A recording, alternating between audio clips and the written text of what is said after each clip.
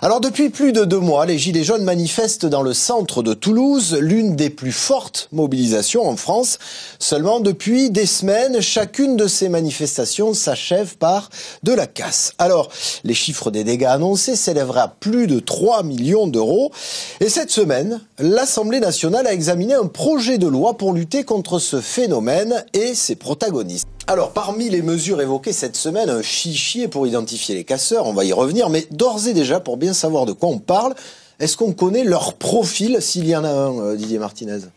Profil des casseurs particulièrement, en tout cas ce qui concerne Toulouse, et on le constate également à Paris lorsque les manifestations se déroulent, l'extrême gauche, des acteurs d'extrême droite, des anticapitalistes et en tout cas des gens qui ne partagent pas forcément le mode d'emploi de la manifestation. C'est-à-dire que l'idéologie leur importe peu. La plupart sont là pour casser, pour se battre avec les policiers et commettre le maximum d'exactions.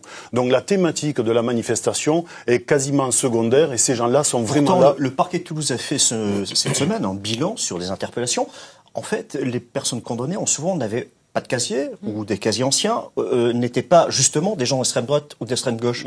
Comment se fait-il qu'ils ne soient pas interpellés, ces gens ?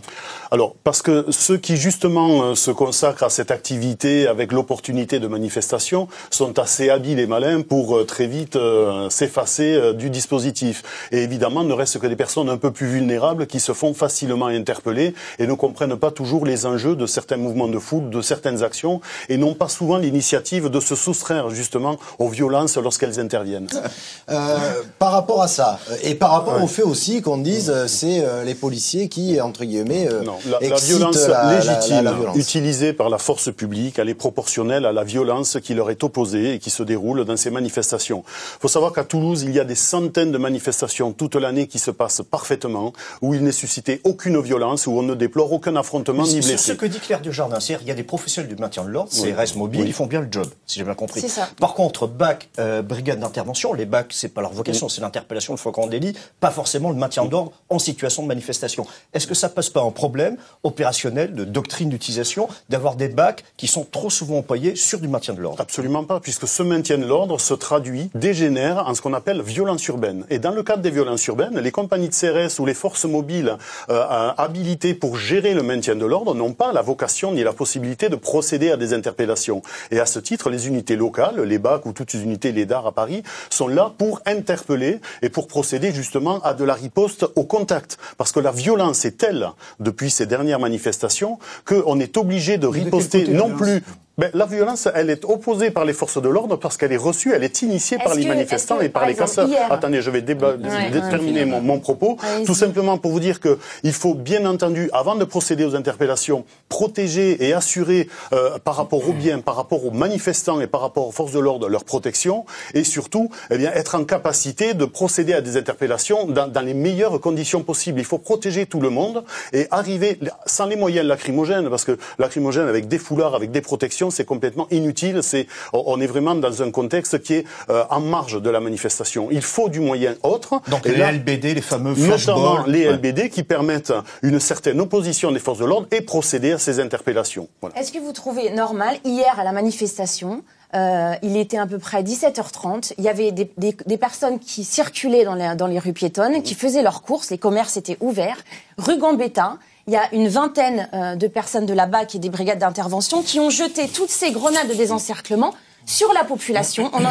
On en a récupéré 4 ou 5 dans la rue Gambetta, en plein milieu des gens, alors que les gens essayaient de se disperser. Ça, c'est pas normal, c'est pas du maintien de l'ordre. Si vous avez ramené des caliers entiers de projectiles, de barres de fer, de parpaings et de toutes sortes de panneaux qui sont jetés sur les forces de l'ordre, je peux dire la guerre des images, la guerre des propos, elle peut se faire de part et d'autre. On a l'impression qu'on ne peut plus rien anticiper, qu'on ne peut plus rien opposer aux manifestants, qu'il faut que les policiers soient désarmés, qu'on laisse les exactions se commettre, qu'on laisse tout dégrader et surtout qu'on laisse les gens se défouler sur des forces de l'ordre qui n'ont jamais été opposées à de la violence aussi conséquente. Je vous entends dire défouler, on a quand même plus de 2000 blessés.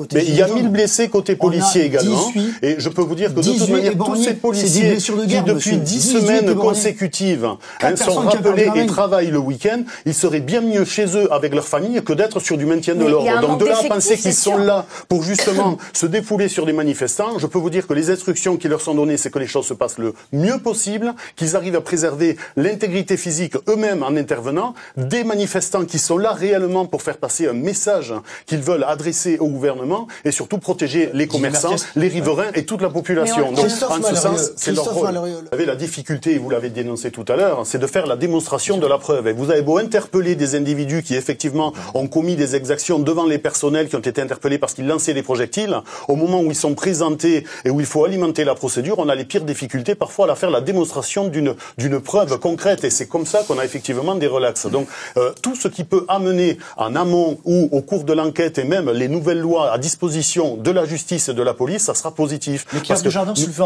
un point qu'a dû, j'ai vu que vous inquiétiez de la tête. Les renseignements territoriaux, Sarkozy supprime les renseignements généraux, c'est fondu avec la sécurité intérieure. Il nous arrive, nous, en tant que journalistes, d'avoir des contacts avec ces renseignements territoriaux. Alors, où ils veulent pas nous parler, ou parfois on est surpris de leur méconnaissance du terrain. Franchement. Ah non, qu'est-ce qui se passe? Elle y est toujours. Oui, ils vont plus vous parler après ça, Laurent.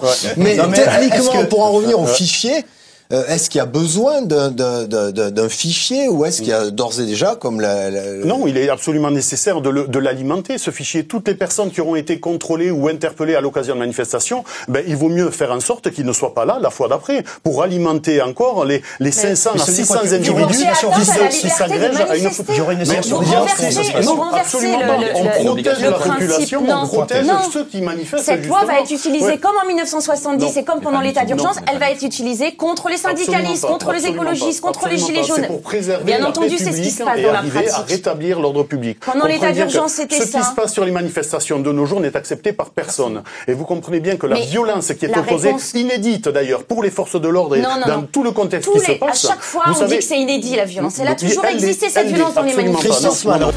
Retrouvez toute notre actualité sur videopolice.com, la chaîne YouTube d'Unité SGP Police.